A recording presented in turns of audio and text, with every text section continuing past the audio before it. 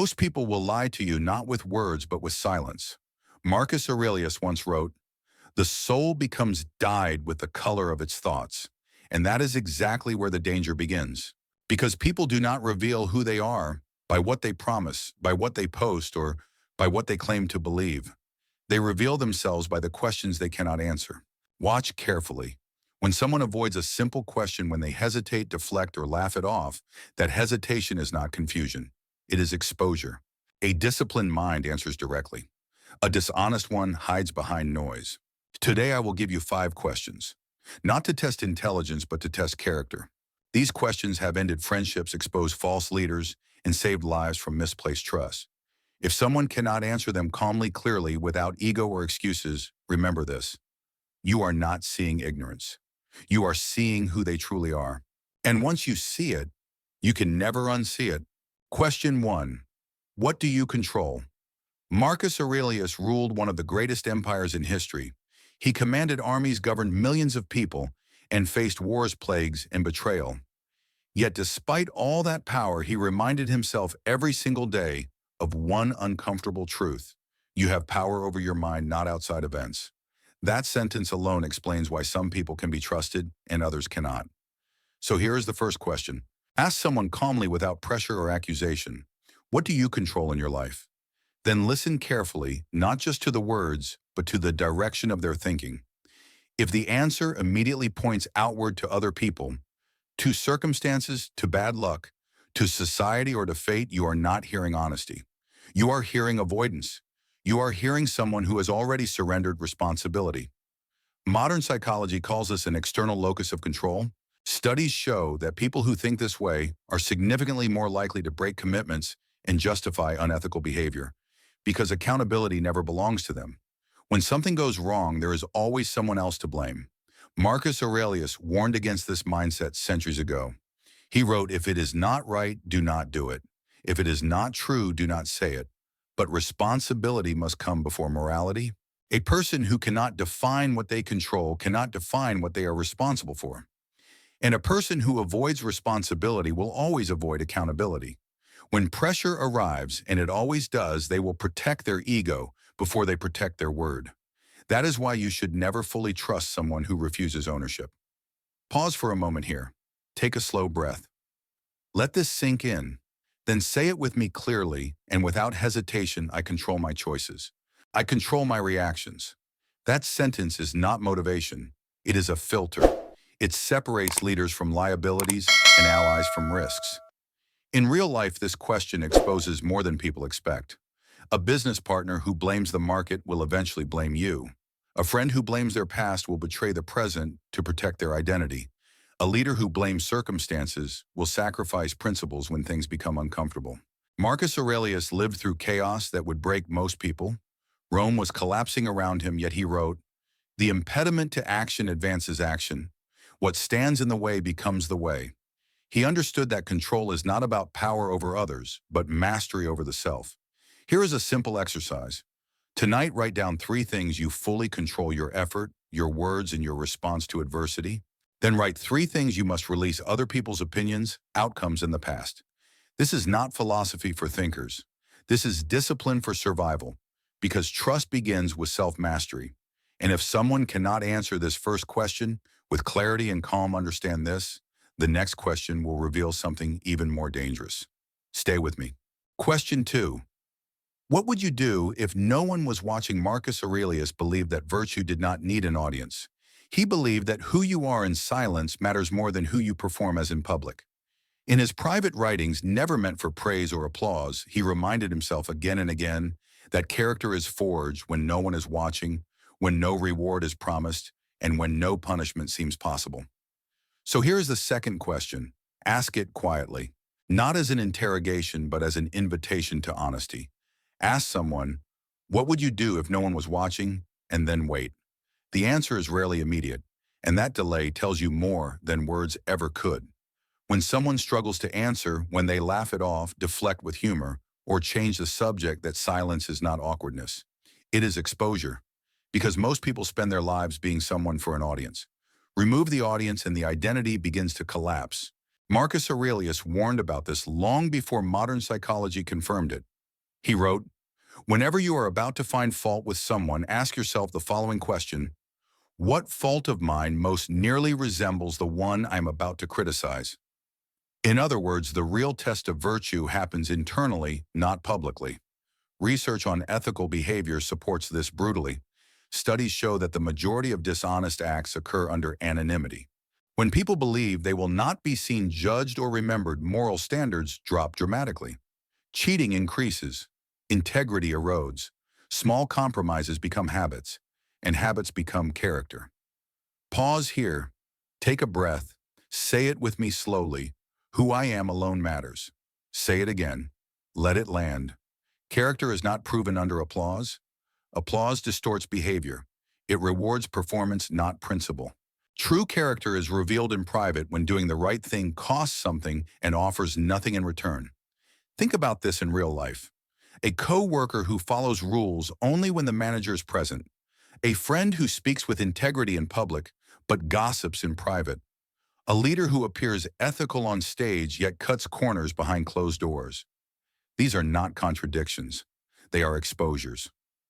Marcus Aurelius understood that solitude is the most honest mirror. He wrote, "If you can find tranquility within yourself, you will never be disturbed." That tranquility does not come from reputation. It comes from alignment between action and conscience. Here is a practical way to test this question, both in others and in yourself.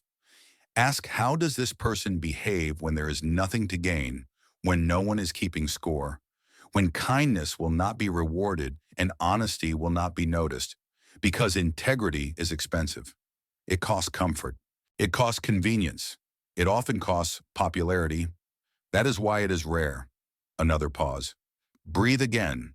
Reset your attention. Remember this line: privacy reveals priority. History offers endless proof. Most scandals did not happen in public. They happened in private rooms, quiet decisions, unseen moments where someone believed no one would ever know, and yet consequences always arrived. Marcus Aurelius warned, nothing that goes on in anyone else's mind can harm you. But your own hidden actions, those shape your fate. Now turn this question inward.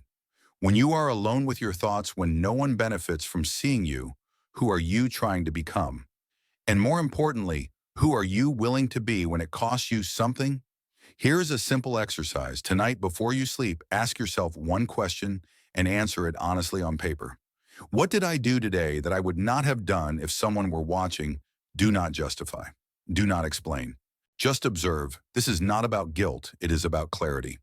Marcus Aurelius practiced this kind of self-examination daily. He believed that a person who cannot govern themselves in solitude cannot be trusted with influence, power, or loyalty. And this brings us back to trust. Because when someone's morality depends on being observed, it is not morality, it is compliance. And compliance disappears the moment pressure or privacy arrives. So remember this. If someone cannot answer this question calmly and sincerely, if they cannot articulate who they are without an audience, you are not dealing with a stable character. You are dealing with a performance. And performances always end. Now stay with me. Because the next question does not test integrity, it tests fear. And fear, more than anything else, determines who people become when everything is at risk. Question 3, what do you fear losing? Marcus Aurelius practiced something most people avoid. He imagined loss not once but every day. He imagined losing power, status, health, reputation, even life itself. Not because he was pessimistic, but because he understood a dangerous truth: whatever you fear losing will eventually control you. So here's the third question. Ask it slowly and listen even more slowly. Ask someone, what do you fear losing? Or better yet, ask it this way: what would destroy you if it were taken away? This question cuts deeper than the others because it does not test intelligence or morality. It tests attachment, and attachment is where people break.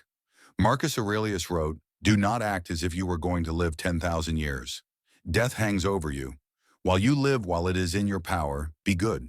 He understood that clinging to externals creates fear, and fear creates compromise. Watch the answer closely. If someone's identity collapses without money, status, admiration, position, or validation, you are seeing a fragile self. And fragile selves do dangerous things when threatened. Psychology confirms this pattern. Studies on loss aversion show that humans feel the pain of loss roughly twice as strongly as the pleasure of gain. That imbalance explains most betrayals. People do not abandon values to gain something new. They abandon values to avoid losing what they already have. Pause here. Take a breath. Reset your attention. Say this with me. Fear reveals priority. History proves it relentlessly. Leaders who betrayed their people to keep power, friends who lied to protect reputation, partners who chose comfort over loyalty. In almost every case, fear was the trigger, not hatred, not greed, but the terror of loss. Marcus Aurelius warned himself of this constantly. He wrote, "You can strip away many things from a man, but not his will to act with justice unless he gives it up himself." The key is choice. Fear does not force betrayal, attachment invites it. Look around in daily life. A coworker who hides mistakes to protect their image. A friend who changes beliefs depending on who is listening. A leader who compromises principles when popularity drops. These behaviors are not random. They are predictable responses to fear. Another pause. Breathe again. Let this land. What someone fears losing tells you exactly how they will behave under pressure. This question also works inward, and it is uncomfortable by design. Ask yourself honestly, if your job disappeared tomorrow, who would you be? If your status vanished, would your values remain? If admiration stopped, would your discipline survive? Marcus Aurelius practiced negative visualization to free himself from fear. By imagining loss in advance, he reduced its power.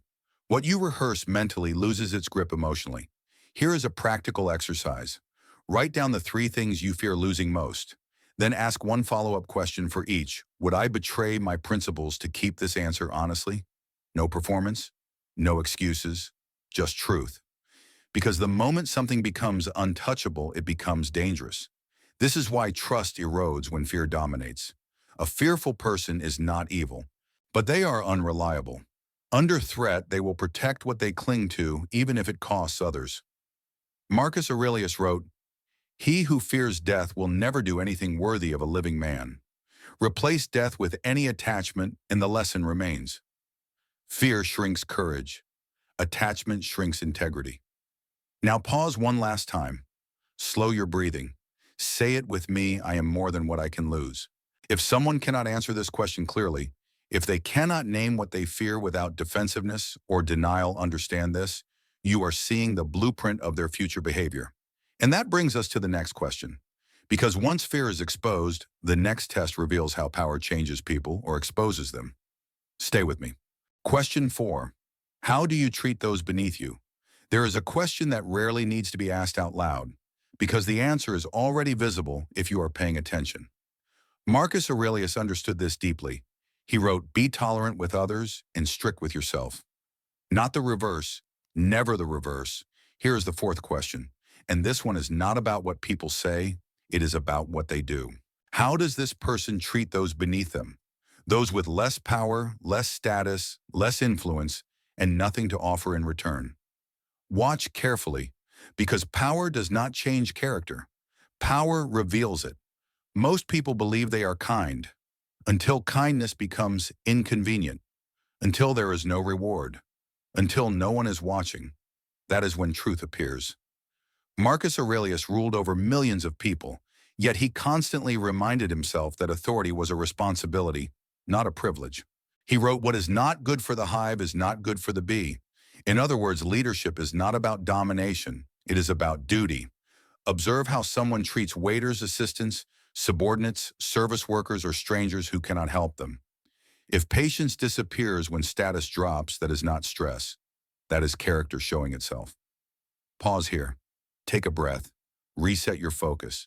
Say this with me. Power reveals who someone already is. Modern psychology confirms what the Stoics already knew. Studies on power dynamics show that people with authority are more likely to interrupt, dismiss, and dehumanize others unless they have strong internal discipline. Without discipline, power amplifies ego, and ego erodes empathy. Think about real situations. A manager who humiliates employees behind closed doors but smiles in meetings. A leader who demands loyalty but offers none downward. A friend who is polite to equals but cruel to those they see as inferior. These are not isolated flaws. They are warnings. Marcus Aurelius warned himself constantly against this trap. He wrote, "Whenever you are about to act, ask yourself, how would I act if this were the last thing I ever did?" That question strips away arrogance. It forces humility. Another pause. Breathe again. Let the silence do its work. History is full of examples. Empires did not collapse because of weak enemies. They collapsed because leaders forgot how to treat their own people. Abuse travels downward, loyalty disappears upward, and eventually trust evaporates completely. This question also reveals something subtle. How someone treats those beneath them predicts how they will treat you the moment your value decreases. Status is temporary. Circumstances change. When power shifts, character stays the same. Marcus Aurelius wrote, "Do not be proud of praise, nor dejected by blame." A person who needs to feel superior to feel secure is not stable, and instability under power is dangerous. Here is a simple exercise you can use. Think of the last 3 interactions you observed where someone had authority. Ask yourself, did they listen? Did they show patience? Did they protect dignity? Or did they use position to dominate? Now turn it inward. When you have even a small amount of power, seniority, experience, influence, how do you behave? Stoicism does not point outward first. It demands self-examination. Marcus Aurelius practiced this relentlessly. Despite being emperor, he addressed himself as a student, not a ruler. That humility is why his words still matter 2,000 years later. Another reset. Slow down. Say this clearly. How someone treats the powerless defines their strength. Because kindness without witnesses is rare, and respect without incentive is evidence of real virtue. If kindness disappears when there is nothing to gain, so will loyalty when there is something to lose. People remember how they are treated when they are vulnerable, and they never forget humiliation. Now understand this. You do not need to confront. You do not need to accuse. Observation is enough. Patterns do not lie. If someone consistently mistreats those beneath them, they will eventually mistreat you. Not today, not tomorrow, but when pressure arrives, and pressure always arrives. Now stay with me, because the final question is the most dangerous of all. It reveals whether someone has a line they will never cross or whether everything has a price. Question 5. What principle will you never break?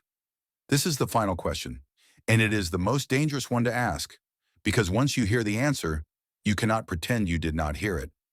Marcus Aurelius understood this better than most. He lived with a constant reminder written to himself, not for history, not for praise, but for survival. He wrote, "Waste no more time arguing what a good man should be. Be one." So ask this carefully. Ask it without drama. Ask it without pressure. Ask someone, what principle will you never break? Or ask it even more clearly. What value would you suffer for before betraying? Then listen. If the answer is vague, if it is filled with words but empty of conviction, if they speak about values that cost them nothing, you are not hearing strength. You are hearing decoration. Because values that require no sacrifice are not values. They are accessories. Marcus Aurelius ruled an empire, yet he constantly reminded himself that power without principle is decay. He wrote, "A man's worth is no greater than the worth of his ambitions. An ambition without a moral boundary eventually consumes everything around it." Pause here. Take a breath. Reset your attention. Say this with me. Conviction requires cost. History proves this relentlessly. Every collapse, personal or political, can be traced back to a moment when someone crossed a line they once believed they never would. Leaders who justified cruelty for stability. Friends who rationalized betrayal for comfort. Professionals who compromised integrity for advancement.